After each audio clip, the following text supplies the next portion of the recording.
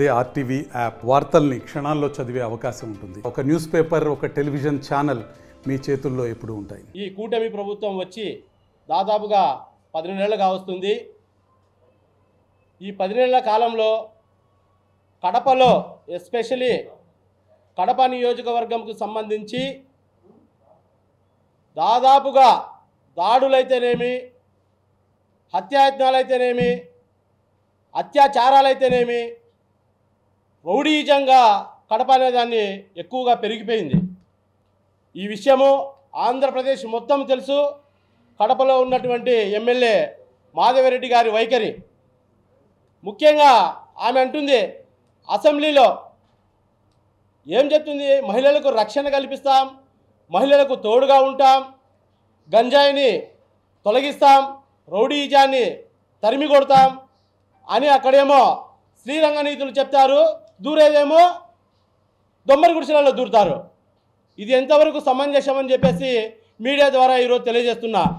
ఏంటంటే ఆయేషా అనే నిరుపేద మైనార్టీ సోదరికి జరిగినటువంటి అన్యాయము ఎక్కడ కూడా జరగకూడదు.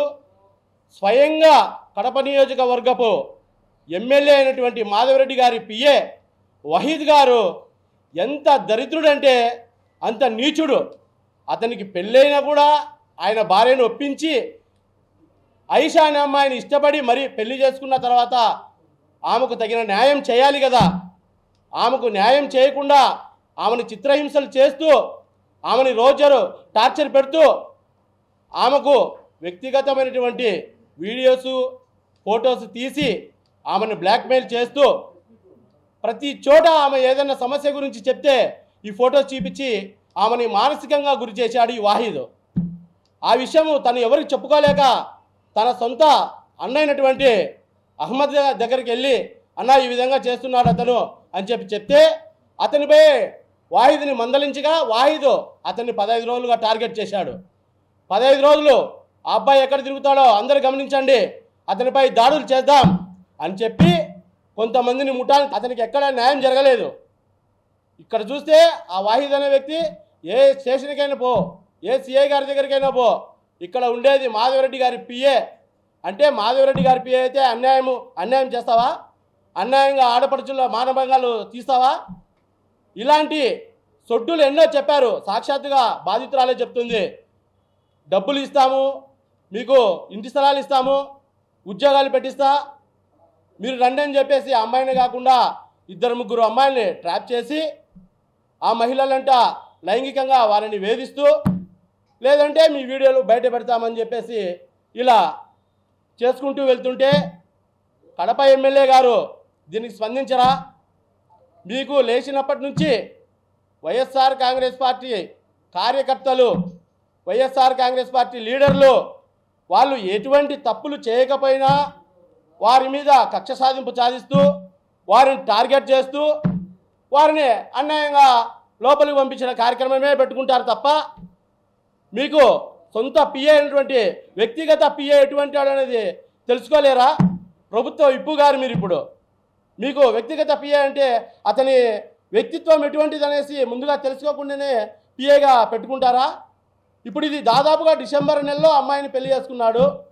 తర్వాత రంజాన్ మాసంలో కూడా అమ్మాయికి న్యాయం చేయలేదంట పండగకు, మైనార్టీ సోదరాలకి. అటువంటి ఆమెకు ఏం జరుగుతుంది ఏమనేది కూడా కనీసం మీరు విచారించరా? విచారించకుండా మీరు అతని పగ్గాలిస్తారా? ఎమ్మెల్యే గారు అంటే ఒక విధంగా ఒక న్యాయం చేసే పద్ధతిలో వెళ్తేనే బాగుంటుంది.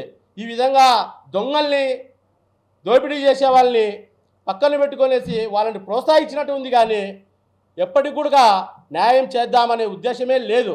ఇప్పటికే కడప నగర ప్రజలందరూ మొత్తుకుంటున్నారు, పొరపాటున మేము ఎమ్మెల్యే గారికి ఓట్లు వేశాము, ఎందుకు గెలిపించాం దేవుడా అని చెప్పేసి అందరూ తలలు పట్టుకుంటున్నారు. ఈ విధంగా మీరు చేసే పద్ధతులను బట్టి ప్రజలు కూడా తిరుగుబాటు త్వరలో జరగబోతుందని చెప్పేసి తెలియజేసుకుంటున్నాము. లాకప్ డెత్తులు ఒకవైపు, ఎన్ని మర్డర్లు జరుగుతున్నాయంటే కడపలో చెప్పలేనంత. 30 ఏళ్ళ రాజకీయంలో, 30 ఏళ్ళ కడప చరిత్రలో ఎప్పుడు కూడా ఏ విధంగా కూడా ఇలాంటి దాడులు కానీ, హత్యలు కానీ, అత్యాచారాలు కానీ, దోపిడీలు కానీ, గంజాయి అయితేనేమి ఇవన్నీ ఎప్పుడు కూడా చరిత్రలో లేవు. ఈ కూటమి ప్రభుత్వం వచ్చిన తర్వాత ఇక్కడ దాదాపుగా కడపలో అన్నీ పెరిగిపోయాయి. ప్రశ్నిస్తే అరెస్ట్, ప్రశ్నిస్తే దాడి, ప్రశ్నిస్తే ఏదో ఒక కేసు పెట్టి దొబ్బడం. ఇదే ఇక్కడ కడపలో జరుగుతున్న రాజకీయం. మరిన్ని వీడియోస్ కోసం ఛానల్ ని సబ్స్క్రైబ్ చేయండి. లేటెస్ట్ అప్డేట్స్ కోసం వాట్సాప్ ఛానల్ ని ఫాలో అవ్వండి. ఆ లింక్ డిస్క్రిప్షన్ లో ఉంది.